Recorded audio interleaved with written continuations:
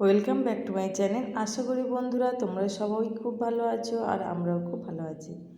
আজকে তোমাদের কাছে আমি আবার একটা নতুন স্বাদের চিকেনের রেসিপি নিয়ে চলে এসেছি। যেই রেসিপিটা লুচি, পরোটা, পোলাও কিংবা ফ্রায়েড রাইসের সঙ্গে কিন্তু জমে যাবে। একদম বেশি উপকরণ লাগছে না আর খুব অল্প উপকরণে। আর এখানে কাজু কিংবা চারমগজ কোনোটাই আমি ব্যবহার করছি না, তাতেও কিন্তু এর স্বাদ হবে অপূর্ব। তোমরা পুরো ভিডিওটা দেখবে, আশা করি তোমাদের ভালো লাগবে। এইভাবে যদি একবার মাংস রান্না করো দেখবে বাড়ির সবাই কিন্তু ভীষণ পছন্দ হবে।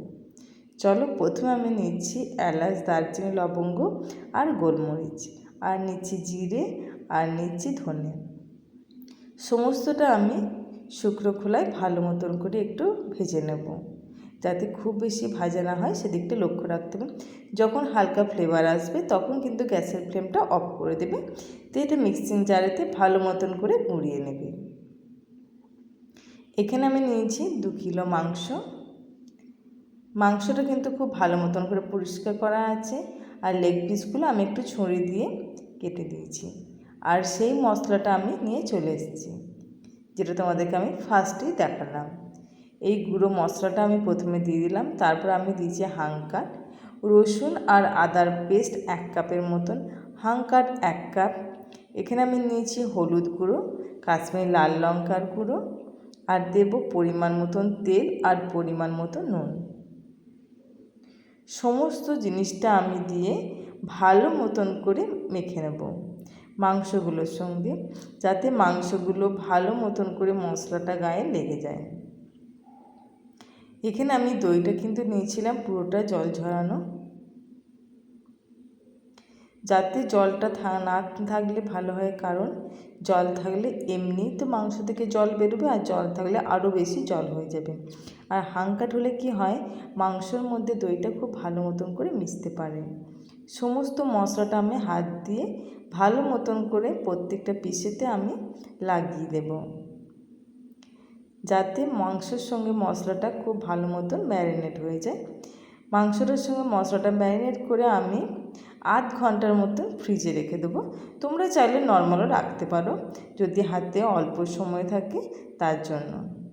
দেখো, মাংসটা কিন্তু খুব সুন্দরভাবে মাখানো হয়ে গেল।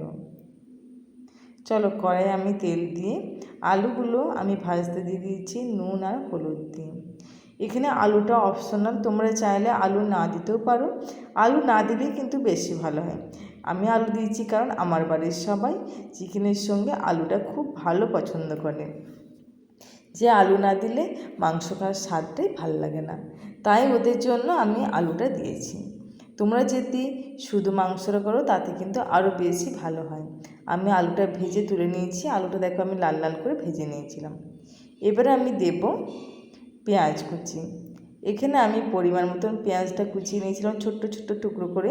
যেহেতু আমার 2 কিলো মাংস, সেহেতু পেঁয়াজের পরিমাণটা কিন্তু বেশ বেশি লাগবে।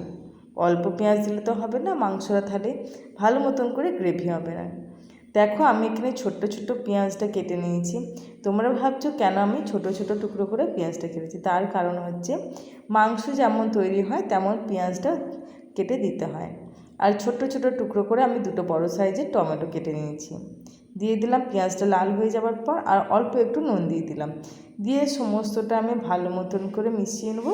আর এই সময় একটু গ্যাসের ফ্লেমটা লো রেখে দেবো। গ্যাসের ফ্লেমটা লো রাখলে কী হবে, টমেটোটা তাড়াতাড়ি গলে যাবে। এক একটা জিনিসে কিন্তু এক এক রকম শেপে সবজি কাটতে হয়। আর এখানে আমি 2টো কাঁচা লঙ্কা চিড়ে দিয়ে দিয়েছি।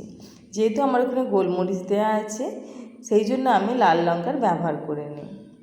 চলো, এবারে আমি সমস্ত মাংসটা দিয়ে দেবো কড়াইয়ের মধ্যে। সমস্ত মাংসটা কড়াইয়ের মধ্যে দিয়ে দিয়েছি। এবারে তলা থেকে উপর পর্যন্ত আমাকে খুন্তি দিয়ে ভালো মতন করে তলার পেঁয়াজটার সঙ্গে মাংসটা নাড়াচাড়া করে মিশিয়ে দিতে হবে। এই সময় অবশ্যই তোমরা গ্যাসের ফ্লেমটা লো রাখবে। গ্যাসের ফ্লেমটা লো রেখে প্রথমে রাখবে, তারপর গ্যাসের ফ্লেমটা তোমাদেরকে অল্প কমিয়ে দিতে হবে।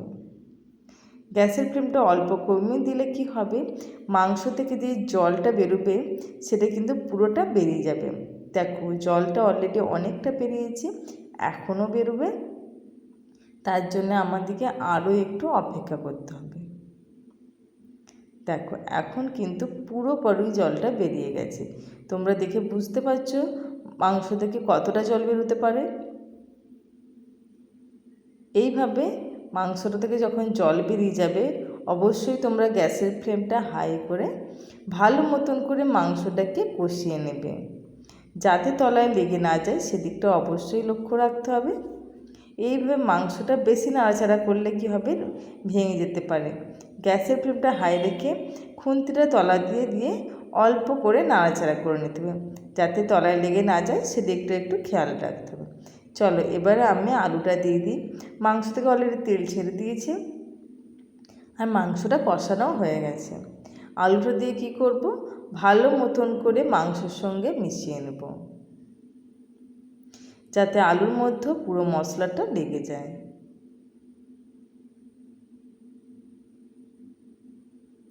তাহলে বন্ধুরা আজকের মাংস রেসিপিটা কিন্তু খুব সহজ, একদম বেশি কিছু উপকরণও লাগছে না আর চট জলদি তৈরি হয়ে যাবে। ব্যাস, এবারে আমি যখন গ্যাসের ফ্লেমটা হাই রেখে অল্প অল্প করে ধোঁয়া বেরোবে এই সময় আমি দেব জল। মশলা ধোয়া জলটা আমি এবারে অ্যাড করে দেবো। এতক্ষণ তো কোনো রকম আমি জল দিইনি, তারপরও আমি বড় কাপের 1 কাপ জল দেবো, যাতে আলু আর মাংস খুব ভালো মতন করে সিদ্ধ হয়ে যায়। অর্ধেকের বেশি তো সিদ্ধ হয়ে গেছে, কারণ মাংসটা অনেকক্ষণ ধরে আমি কষাচ্ছি আর আলুটা আমার ভাজা আছে। এই সময় আমি আরও গোটা 4 কাঁচা লঙ্কা দিয়ে দেব। দেখো দেখতেও কিন্তু খুব সুন্দর লাগে, কাঁচা লঙ্কার যে সবুজ রঙটা সেটা কিন্তু মাংসের মধ্যে খুব ভালো লাগে দেখতে। চলো ফুটতে আরম্ভ করে দিয়েছে। এই সময় আমি অল্প একটু ঘি দেবো। এখন তো প্রায় মাংসটা রেডি হয়েই গেছে। বেশ কারি কারি পাড়া মাংসটা হবে, বেশি ঝোলও হবে না, আর এটা কিন্তু রাইস কিংবা পোলাওর সঙ্গে খেতে ভীষণ ভালো লাগবে। চলো আজকে আমার এই মাংস রেসিপি যদি তোমাদের ভালো লাগে প্লিজ একটা লাইক আর একটা কমেন্ট করবে, তাহলে বুঝতে পারবো তোমরা আমার পাশে আছো। আমার যারা প্রিয় বন্ধু তারা অবশ্যই চ্যানেলটি সাবস্ক্রাইব করে দেবে, যারা এখনও চ্যানেলটি সাবস্ক্রাইব করোনি। তাহলে বন্ধুরা এইভাবে তোমার প্রিয়জনকে মাংস আর একটু রাইস করে দেবে, আশা করি তোমার প্রিয়জন কিন্তু খুব ভালো লাগবে, কারণ রাইস আর মাংস আমরা সবাই খেতে ভীষণ পছন্দ করি। তাহলে বন্ধুরা আজকের ভিডিওটা আমি এখানেই শেষ করছি। তোমরা ভালো থাকবে, সুস্থ থাকবে। আবার অন্য কোনো দিন অন্য কোনো ভিডিও নিয়ে তোমাদের কাছে হাজির হয়ে যাব।